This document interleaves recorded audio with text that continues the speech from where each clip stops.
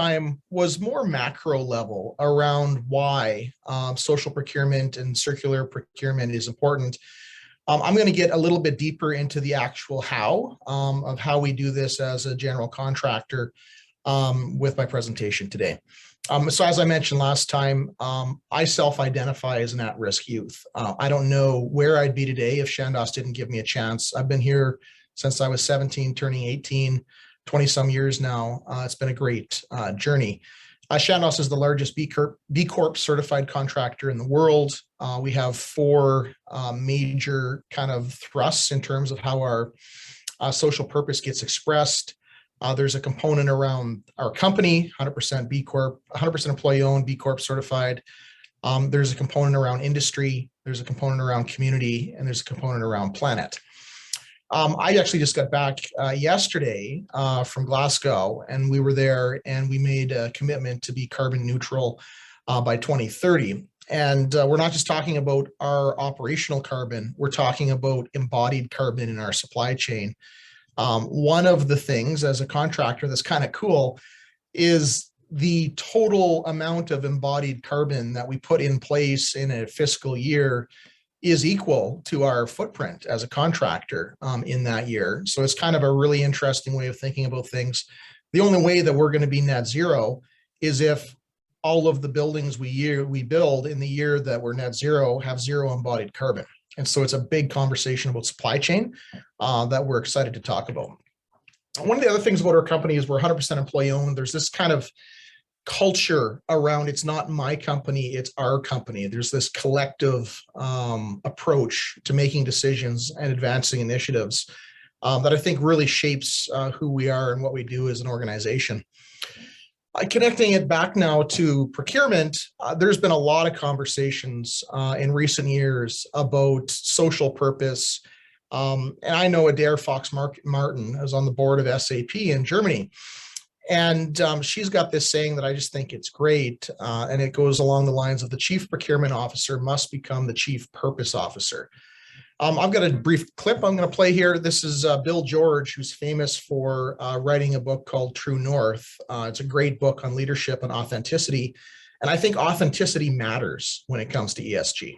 There's big change taking place in CEOs today because they have the courage to stand up for what they believe in and be outspoken about. There was a time when everyone kind of hunched down and didn't hunker down and didn't want to say anything and go below the radar screen.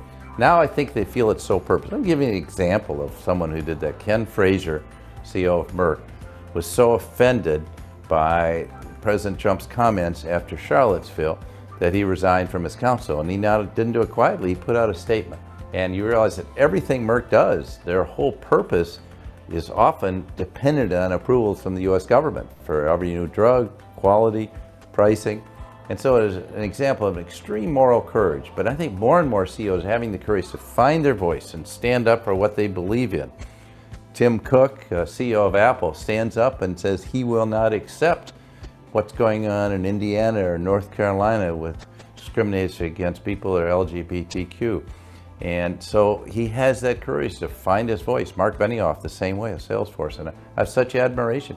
If your company has a purpose, you've got to stand up and be counted. You've got to say, this is wrong. And so I think you have to find your voice and have that courage. Do the right thing. Do you take a risk? Absolutely. But if you don't, the greater risk is that you don't believe in anything and your employees watch what you do. After the Parkland shooting, you know, what's your feeling about guns? I want a safe neighborhood. I want safe kids, safe schools for our employees' kids to go to school in, my own kids. And I want it to be a safe place. So that's a community question. Our community's got to come together and ensure the safety of our young people. If we don't, who will?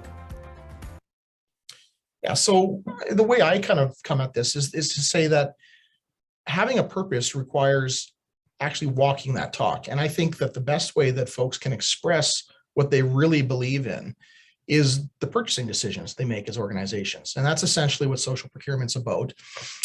To connect it more directly to the construction industry, social procurement is the intersection of local community needs and the project's buying power.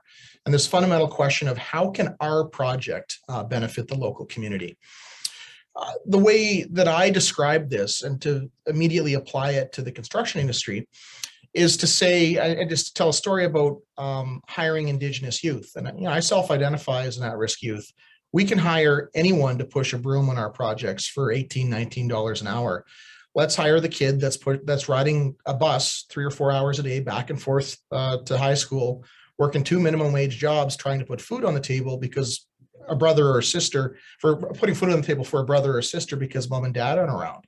When we give that sort of person an opportunity, they come to work happy, they have a big smile on their face, they're incredibly engaged, and frankly, they blow the doors off of other folks in terms of their labor productivity.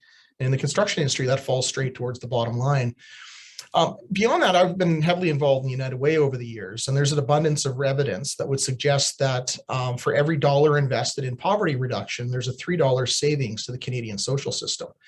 So we can take someone who was on a path towards crime and or poverty, give them a high-paying job in the construction industry. We start them at 19 an hour. We move them into our apprenticeship program. Apprentice carpenters make 24, 25 an hour straight time. And Red Seal carpenters, depending on where they are in Canada, make about $40 an hour straight time. So we can take someone on a path towards crime or poverty and give them a job that pays over $100,000 a year, and it costs us nothing to do that. And if you think of the data from the United Way, those folks who did encounter crime and or poverty are likely to cost the Canadian social system $300,000 a year. So we're creating a job that creates $100,000 a year of tax revenue. And we may be eliminating the $300,000 a year cost with the social system. That's a $400,000 a year swing. That is why social procurement is important. And certainly when it is applied to construction, 50% of the contract is labor. So if it's a $100 million deal, there's $50 million of labor. Think of the kind of power and impact that you can have with that sort of a supply chain. Here's an example of some of the folks from this picture talking about the impact that this has had in their lives. So right now I'm continuing with my apprenticeship to get my Red Seal, which is a 4-year program. And then I'm wanting to get into eventually project management. It's my first year apprenticeship for carpentry. I've been with the company for roughly just over 10 months now. And my overall goal after I become a journeywoman is to go back and mentor the children, the youth, and women or anyone in the reserve who would like to learn more about carpentry. We provide training to employment services for First Nations, Métis, and Inuit people. We offer resume development, job search, personal one-on-one counseling. I went there to get some safety tickets renewed, and I also got referred to Chandos. So I went in for an interview and then I was hired with Chandos, and ever since I've been loving my job here at Norquest. It's not just about being a good corporate citizen. There is an ROI in this. It does make the organization better. Organizations like ourselves should just give people a chance and give them the opportunity in which they can grow and develop. And really that's what it's about. Anytime you can help a younger person along in their career, it is quite exciting in my books. I love to teach and I love to mentor. The program that is giving us a greater opportunity to do that with some of the Indigenous staff. We're going into our 4th year of operating the center, and we've served over 3,700 clients. So just to remind folks from the last chat I did, there's a strong connection to policy here in Canada. And so these ideas around impacting Canadian society through buying decisions on infrastructure projects have been embraced by the federal government. I was in the last mandate letters. We expect them to be even more prominent in the mandate letters that we expect to be released in the next few days, probably now. There is a long list of organizations across Canada who've made a commitment to social procurement. And there's probably that list is about 100 in length right now, and they're all in different stages in terms of making that commitment. But fundamentally, they're making, say, 5 to 20% of the selection criteria in picking their general contractor based on what social good can that contractor have in the local community. And I think it's a very powerful way of impacting society. This is not just something that's limited to the government world. Actually, before public entities were doing social procurement, many of the tech entities in the Bay Area of San Francisco were working on this. There's a large data center that was announced in Calgary just a couple of weeks ago. And that particular client is putting social procurement as 20 to 25% of the selection criteria for their contractors on the project. So huge opportunity there as well. And I would also say that the institutional investors in Canada, Bay Street, the pension fund money, is very interested in how they can have an impact in society through their construction spend as well.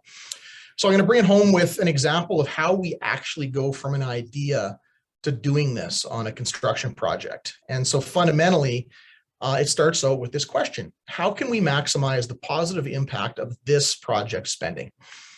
And the big question that needs to be pondered is, what does impact mean? And we as a general contractor can't answer this question for our clients. We need our clients to come to the table having thought about that and having a clear picture around what that means. The next most important thing, and it's funny, folks don't really want to have this conversation, there's a lot of beating around the bush that goes on, is, are we willing to spend more to do it? What I would suggest is you can do social procurement and you can have an impact. It might only be 2 or 3% of the contract at zero premium cost. And the higher you go, there may be costs associated with it. And there's certainly a connection to delivery method that I'll talk about here in a minute. So here's an example. The actual project I'm going to step through is our First and Clark project that's in Vancouver. So this is a $86 million affordable housing project with a withdrawal management center in the facility. 3 different owners, Vancouver Coastal Health, City of Vancouver, and BC Housing. And we're using IPD as the delivery method. I was very interested in how much social impact you can have on a project at zero premium capital cost. So we had a conversation with our client and we said, we think that we can do 10% on this particular project, giving the IPD delivery method, and we think we can do it at zero premium cost. So we're well into the design stage of the project now, and it is headed in the right direction. We're going to start construction in a couple of months. But we have a 90% certainty that we can deliver 10% impact spend at zero premium capital cost. We have a third-party cost consultant involved in the project to monitor and confirm that we actually are achieving what we set out to do. And as soon as you get researchers and cost consultants in the mix, you have to kind of define the methodology. And so one of the things around social procurement that was a challenge is that there was no standard methodology to do this. And so we've been doing a lot of great work with Social Canada here for several years. We worked with them to develop a guide to social procurement that really lays out how you can do social procurement by the 4 main delivery methods. So IPD, construction management, design, build, and lump sum. I would say quite strongly that I do not believe that you can do social procurement at zero premium capital cost if you use a lump sum delivery method. We could have a whole sidebar about that, but I just don't think it's possible. Progressive design, build, construction management, and IPD are 3 delivery methods where you have the contractor at the table with you before the design is done. And in those scenarios, you hire your contractor to go out into the supply chain and find you the best electrician or plumber or concrete people that we can get. What we're doing with social procurement is just expanding that purview to say, not only are you going to find the best plumber or electrician, but you're also going to find us the best social enterprises that we can bring to the project. And so that's the key to this, is the early contractor engagement, in my view. And so getting back to the specifics of this project, there's 3 major goals: 80% local spend, 10% job creation, and 10% social procurement. And so these are the definitions of what that is. So 80% of the target cost, 10% of all the employment hours is the criteria that we used in job creation, and 10% of the target cost for the project for social procurement. So on this particular project, 86 million, and 80% of that is 68.8 million with local businesses. On the job creation side of things, 10% of that spools out to 57,000 some hours. It's a 3-year job, 2,000 hours in a year. That turns into 9.5 FTE over the 3-year course of the project. Frankly, that's pretty easy to do on a project of this scale. We're going to average over 100 workers on the site over the course of the project. And then 10% social procurement is, 10% of 86 million, so 8.6 million. Now, here's the most important part, and I think this is the point that I have for the audience, is this question: what is a local business that's contributing to community? What is a local new hire? And what is an equity-seeking group? And what is a community impact organization? These are kind of thorny issues that folks don't really want to talk about. And in order to do social procurement, you have to address this. And the clients have to have a stance in terms of what meets these criteria.